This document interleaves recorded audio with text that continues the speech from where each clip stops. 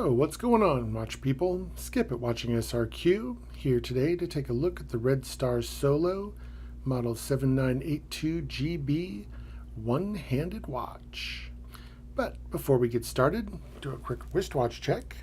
Today I am wearing the Casio GW6900BC-1JF, which is a tough solar radio watch from Casio. Notoriously difficult to read in medium light. It reads great in the direct sun. It reads great if you push the button in low light to light up the display, but in medium light, not so much. In any case, the complete antithesis of today's watch, with a watch so accurate on the wrist, we'll be taking a look at a watch where accuracy, well, certainly you're not going to tell time down to the second. Usually you can tell it to the minute if you're used to setting it properly. I love one-handed watches. I really fell in love when I first saw them. I have a white-dialed Luch watch with one hand that I wear pretty regularly. I also would love someday to own the top of the mountain of one-handers, in my opinion, which is Meistersinger. But let's take a closer look at this guy. So I first found this looking around on Long Island Watch's new arrivals section and had to have it, so I ordered it up. And it arrived in a styling green box with a red star on it. There wasn't a whole lot of paperwork or anything inside. Inside you just find the usual watch pillow and pretty much nothing else, aside from some plastic and bubble wrap that I removed. I gotta say, this is better made than most boxes that you tend to see at this price point. It is kind of a wood composite of some kind, really nicely painted. Usually when I get boxes in, I will get the watch out and store them in my watch boxes, and then the shipping boxes kind of go into storage. This guy I might leave laying around because it's pretty amusing in my opinion. But let's take a little closer look at the watch. So the Red Star Solo, this is the black dial variant. They also make it in a white dial. It has a 40 millimeter case. It is 7 millimeters of crystal on a 15 millimeter total thickness, which sounds really thick, but we'll talk about that later. It is a 45 millimeter from lug to lug with a 20 millimeter strap. Running a hand-winding Luch caliber 1801.1 movement. It comes on a leather NATO strap. Not really my favorite style of strap, but it seems really well made. It's really supple. Apparently it's a Russian leather of some kind that is tanned and then coated in some kind of oil to enhance softness and insect resistance and so forth.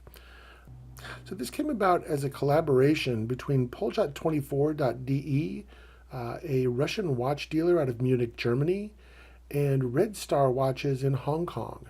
Apparently the Red Star folks were visiting and they decided that they could work together.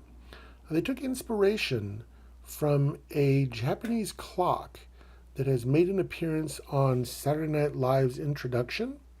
What really, of course, drew me in, beyond just that it's a one-handed watch, is the dial and the crystal.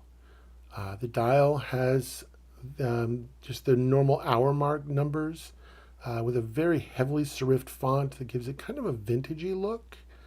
There is a minute track running around the outside as well.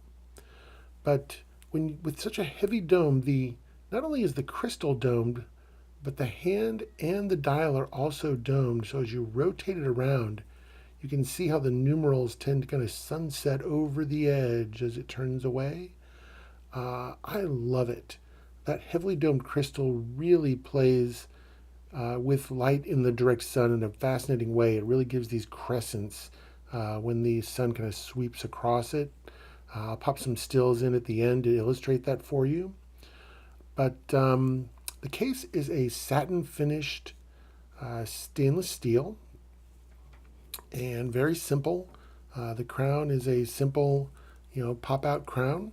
So when you pop this guy out, you can set the time, and you can only set it as close to the minute as you can see.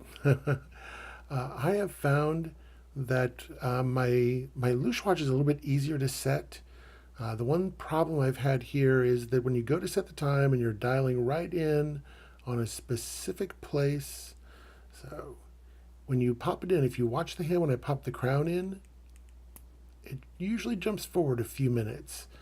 I've heard that sometimes that can be helped with some one-handers by really giving it a good turn and like go around 12 hours and come back around to where you want to set it again. And there it goes. But I have gotten used to it and find that I can set it reasonably accurately. It takes a little bit of work. Let's get this NATO strap off and let's take a look at the case back. So strap off.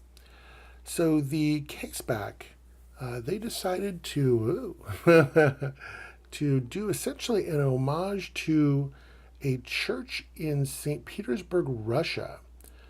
This is the Church of the Savior on Blood, if I've identified it correctly. I'm not quite sure why a dealer in Munich, Germany, and a Hong Kong watchmaking company and a movement maker out of Belarus would decide to put a church from St. Petersburg on the back. But certainly more interesting than just plain old stainless steel. Of course, that's in the center of the screw-down case back here. Aside from that, there's not a whole lot going on the back. The dial is completely sterile of branding. So no red star, nothing but numbers and that heavy dome. But I must say I don't really care for leather NATO straps. Not really my thing. I love a good NATO strap, but in leather, just something doesn't sit right with me. So I'm going to break away and pop this onto the strap that I normally wear it on, and I'll be right back. And we're back.